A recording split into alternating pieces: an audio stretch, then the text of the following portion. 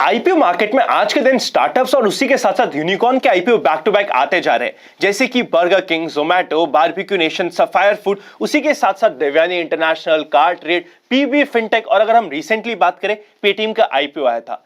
Paytm के IPO में specially क्योंकि बहुत ज्यादा वैल्यूएशन थे और रिटेल इन्वेस्टर्स को बहुत ज्यादा लॉस हुआ था, बहुत हल्ला मचाया गया था। सेबी के पास भी बहुत सारे लोग गए थे कि एटलीस्ट जितने भी स्टार्टअप आते हैं उनके वैल्यूएशन का कुछ ना कुछ बेंचमार्क और अपर लिमिट होनी चाहिए, पर एज पर सेबी ऐसा कोई बेंचमार्क नहीं हो सकता। मर्चेंट बैंकर को कंप्लीट फ्रीडम होने वाला है किसी भी स्टार्टअप के वैल्यूएशन पे। इसीलिए जितने भी स्टार्टअप वाले आईपीओ वीडियोस होते हैं उसमें आपको और हमें स्पेशल ध्यान रखते हुए वैल्यूएशन के ऊपर ध्यान रखना पड़ेगा। आज के इस वीडियो में हम बात करने वाले हैं रेटगेन ट्रैवल के आईपीओ के बारे में। ये वापस से एक नए स्टार्टअप और टेक्नोलॉजी बेस्ड बिजनेस को रिप्रेजेंट करने वाला है। सबसे पहले हम बात करेंगे कंपनी के बारे में बेसिक पॉइंटर्स के ऊपर। सेकंड हम ये बात करेंगे कंपनी के फाइनेंशियल्स कैसे है, क्या है वैल्यूएशन, और एक एक चीज को डिटेल में डिस्कस करेंगे। थर्ड हम बात करेंगे आईपीओ रिलेटेड इंपॉर्टेंट डेट्स की। एंड फाइनली मेरा personal opinion clear and simple words में आपको मिलने वाला है।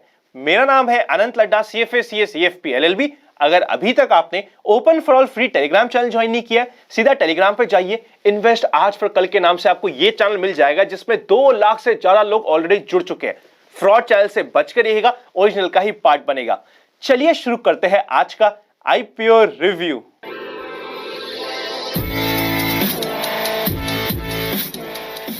सबसे पहले कंपनी के बारे में बेसिक पॉइंटर्स को कवर करते हैं। ट्रैवल एंड हॉस्पिटैलिटी इंडस्ट्री में ये company one of the leading service provider बन चुकी है। उसी के साथ साथ डिस्ट्रीब्यूशन नेटवर्क कंपनी में भी globally one of the leading company बन चुकी है। अगर कंपनी की सर्विसेज की बात करें, complete travel and hospitality industry को ये कंप्लीटली कैटर करती है। चाहे वो सर्विसेज हो होटल से related, airlines, online travel agent, Meta search companies, package provider, car rental, cruise या फिर फेरी से रिलेटेड हो, हर एक को ये कंपनी अपनी सर्विसेज प्रोवाइड करती है। कंपनी के अगर बिजनेस यूनिट्स की बात करें तो आज के दिन 3 मेजर बिजनेस यूनिट है। सबसे पहले आता है data as a service, second आता है डिस्ट्रीब्यूशन एंड थर्ड आता है मार्केटिंग सर्विसेज। इनमें से भी सबसे मेजर है data as a service. As on 30 June 2021 के डेटा के हिसाब से कंपनी के पास ग्लोबली 1400 से भी ज्यादा मेजर क्लाइंट है, जिनमें से 8 तो ऐसे क्लाइंट है जो फॉर्च्यून 500 में अपना नाम बना चुके हैं।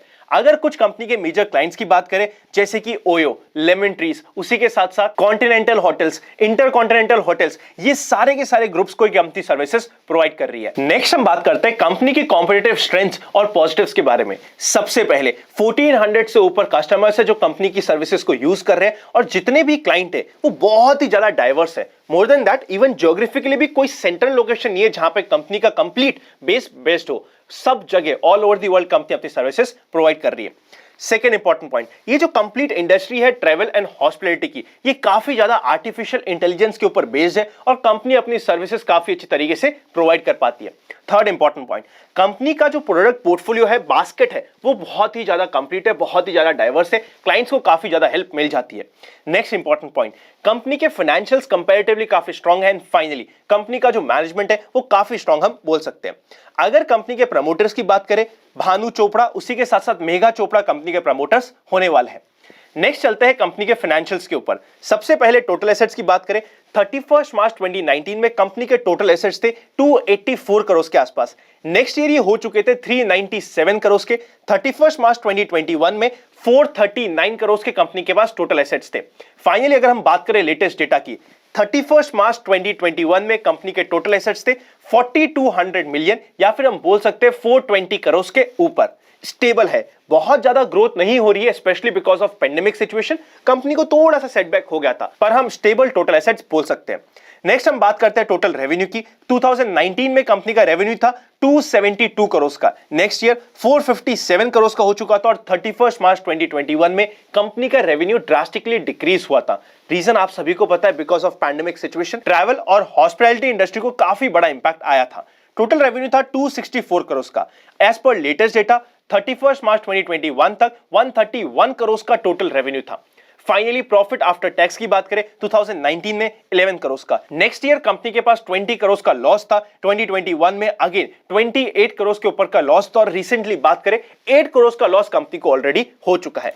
तो रेगुलरली कंपनी लॉस बना रही है और कंस्टेंटली कंपनी का लॉस बढ़ते जा रहा है। कैरी फॉरवर्ड लॉस का भी अमाउंट बढ़ते जा रहा है। अगर कंपनी के ईपीएस की बात करें तो -2.10 है। उसी के साथ साथ एवरेज रिटर्न ऑन नेटवर्थ की बात करें तो -9.42% है। अगर हम बात करें कंपनी का प्राइस टू बुक वैल्यू मांग रही है आज के दिन 7 के ऊपर का प्राइस टू बुक वैल्यू होने वाला है। पी रेशियो हम नहीं निकाल सकते क्योंकि कंपनी की अर्निंग है नेगेटिव। अगर हम कंपनी की मेन डिस्क्लोजर की बात करें, कंपनी का यह कहना है कि कॉस्ट ऑफ एक्विजिशन और डेप्रिसिएशन की वजह से कंपनी को रेगुलरली लॉस हो रहा है। ओवरऑल अगर हम बात करें ग्रॉस लेवल पे कंपनी अच्छा कैश फ्लो मेंटेन कर पा रही है। As per offer document company का कोई भी पीयर कंपैरिजन इमीडिएटली लिस्टेड नहीं है। अगर हम ऑब्जेक्ट ऑफ द इशू की बात करें, सबसे पहले कंपनी अपने कुछ डेट को रीपे करना चाहती है। मेनली ये होने वाला है कंपनी के ही रेट गेन यूके की कंपनी को। नेक्स्ट इंपॉर्टेंट पॉइंट, कंपनी कुछ डिफर्ड पेमेंट करना चाहती है मेनली एक्विजिशन के लिए। नेक्स्ट इंपॉर्टेंट पॉइंट, कुछ स्ट्रेटेजिक इन्वेस्टमेंट्स करना चाहती है, एक्विजिशन करना चाहती है और इनऑर्गेनिक ग्रोथ पे भी ध्यान लगाना चाहती है।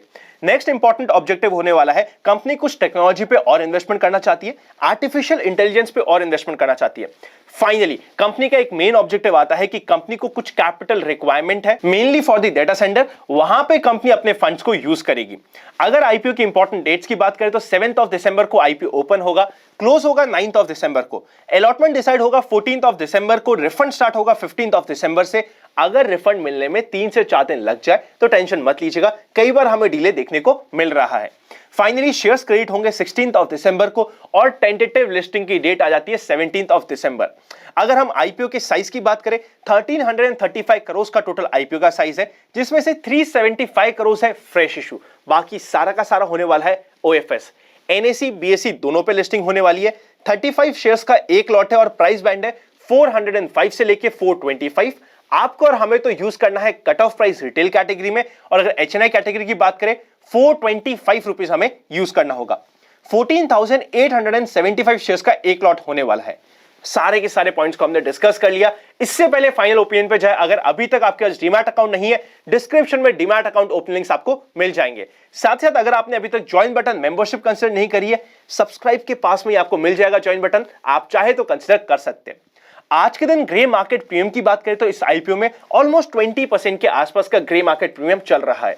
क्या कंपनी ने लिस्टिंग पे बहुत मेजर स्कोप छोड़ा है वैल्यूएशन पे? बिल्कुल नहीं। मैं ये समझू कि इस आईपीओ में अगेन मुझे 70, 80, 90 या 100% का लिस्टिंग गेन हो जाएगा, नहीं होगा। ओके एंड छोटा सा लिस्टिंग गेन होने की पॉसिबिलिटी बनी हुई है, which can range somewhere between 15% से लेके 25% के बीच का।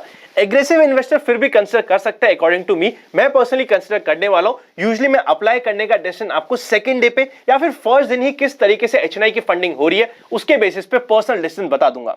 ओके आईपीओ है, खराब आईपीओ नहीं है जिससे हम पहले ही बोल सके हम इसे अवॉइड करेंगे। जैसे कि लास्ट वीक के कुछ आईपीओ आए थे जिसको हमने पहले ही अवॉइड बोल दिया था। उसके बाद में ऐसे भी आईपीओ नहीं है जिसको हम पहले ही दिन बोले कि बिंदास मैं तो अप्लाई करूंगा ही, 100% का लिस्टिंग गेन आएगा। ये समवेयर इन द बिटवीन होने वाला है। 15% से लेकर 25% के लिस्टिंग गेन की एक्सपेक्टेशंस बनी हुई है। वीडियो अच्छा लगे तो लाइक करे बिना मत जाइएगा। Happy learning and I will see you very soon. और चैनल को सब्सक्राइब नहीं किया तो क्या किया, कोई ना कोई इंपॉर्टेंट वीडियो आपसे मिस हो जाएगा। सी यू वेरी सून।